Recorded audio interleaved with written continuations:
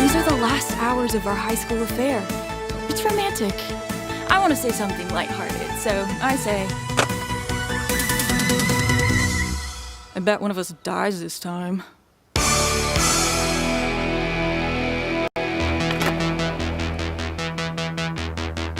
Oh shit, we're going.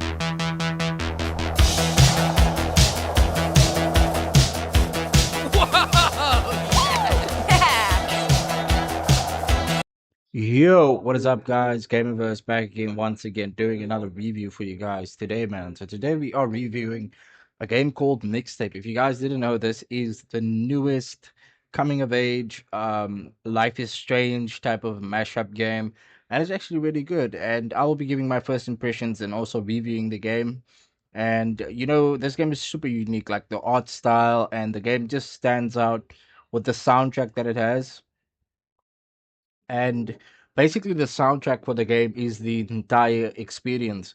So the soundtrack is obviously what the game is about, but there's also more to it. There's a lot of mood, there's a lot of pacing, a lot of emotional scenes. But as you guys know, how I do my reviews, I usually talk about a couple of topics, and then at the end of the video I will give the game my final score and what I ultimately think about it. So without further ado, guys, let's get into the video. So Mixtape, developed by Annapurna Puna. I don't know if I'm saying that correctly, but Annapurna Interactive are the people who made this game. They developed the game. The game was in development for like 2 years, I think, or maybe like a year and a half. And this is like a coming of age type of like movie feeling game with a lot of emotional scenes, a lot of pacing, and it compares a lot to like classic teen films. And like I mentioned, like Life is Strange or like Road 96. The art style is very unique, and the visual direction in the game is super cool. So with the colorful aesthetics, the cinematic camera work, the lighting, and all of the transitions, the game has a really good story. You play as a girl called Rockford. You play as Rockford, and she is about to move away from her hometown. She's about to leave the area where she grew up to become a famous music producer, or not a music producer, but a music advisor or something. She's super into music, and she's been creating mixtapes since she knew how to. So you play with her, and the game is kind of like showing you the memories she had before she decided to leave. She wants to go to New York, and she wants to have a career in music. So she's got two friends, and obviously, as you could imagine, they are quite sad about this. But there's a lot of things that go into it, and the dialogue and the characters are super authentic. Nothing really feels forced in this game. The jokes are really cool. I really enjoyed the jokes. The gameplay variety is awesome. The game covers a whole lot of mini games, as like playing baseball, driving or riding on your longboard down the roads in this fictional town that they created, known as Blue Moon Lagoon, I think, or Blue Moon something. And there's some driving, like I said, driving sections where you are skating. There's some cool rhythm moments. There's even a section where you are driving down hills in a cart, in a shopping cart. That was really cool. But the game uses a lot of nostalgia type of feeling because the game is based in the 80s or 80s. Yeah, the game is based like the 80s, 90s. And like I said, the game uses nostalgia, and it has a lot of like late night road trip vibes with the friendships and the youthful memories. And of course, the music culture is what ultimately drives the game, because as you play, the game has about, I think, 14 mixtapes, maybe a little less, maybe a little more. But every mixtape that you play is like an episode. So as you guys know, Life is Strangers, you got some episodes, but every mixtape in this game starts a new chapter or new episode.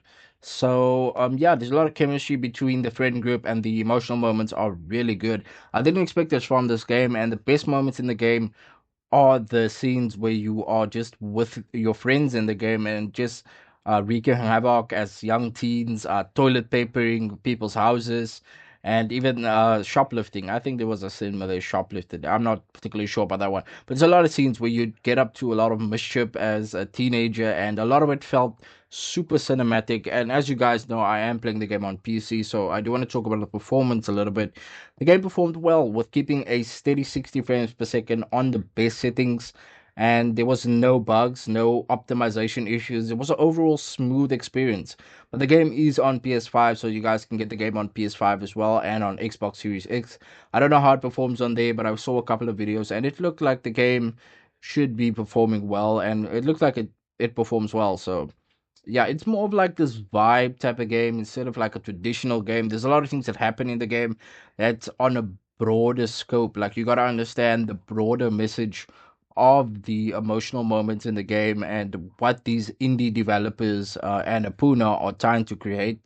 And for the game being like a indie game, they didn't have like a like a triple A budget or anything, but the segments in the game really boost they really boost like the audience retention, and things could have even been way better if they were triple A studio. I mean, the pacing in the game, the length.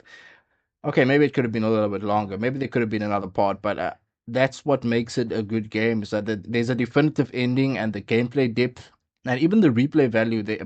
There are some replay value in Courage, but they aren't like multiple endings or anything. The game is super linear, which means there's only one ending that you can get. But I would still recommend it for fans of the story-driven, like Life is Strange series, the emotional and the music-heavy games. So it's quite similar to that. Now, with that being said, I do want to give the game a final verdict. You know what I thought about the game ultimately. It has a really good vibes. It's really like pure vibes, and it's an indie gem, and it really hits different. It's probably going to be one of the coolest games of 2026, in my opinion. But probably the best indie game, because as you guys know, I don't know if you've seen IGN. If you guys don't know what IGN is, it's one of the biggest gaming media companies out there that you can find on YouTube, and they give it a 10 out of 10, which is insane. Like IGN gave the game a 10 out of 10. In my opinion, I think it is a 10 out of 10. I don't know if I'm gonna be replaying it, because like I said, replaying isn't really encouraged, but you could play around and modify the game for PC players and things like that. But I really did enjoy the game. Most of all, I kind of enjoyed the skateboarding, the longboarding, and even being able to do skateboarding tricks while you are just shredding, bombing the hills in this Blue Lagoon town or whatever it's called. Just look that up again and correct me on that. But if I were to give the game a final score, I think it deserves a solid 10. I think the game is a 10. Definitely one of the best games I've ever played, and I might be going back to it. Maybe I'll modify the game, make it look a little bit more better than it already looks. But it's a good game, Mixtape. You gotta play it, guys. Let me know if you have played it. Let me know if you're planning on playing it, and what you thought about the game.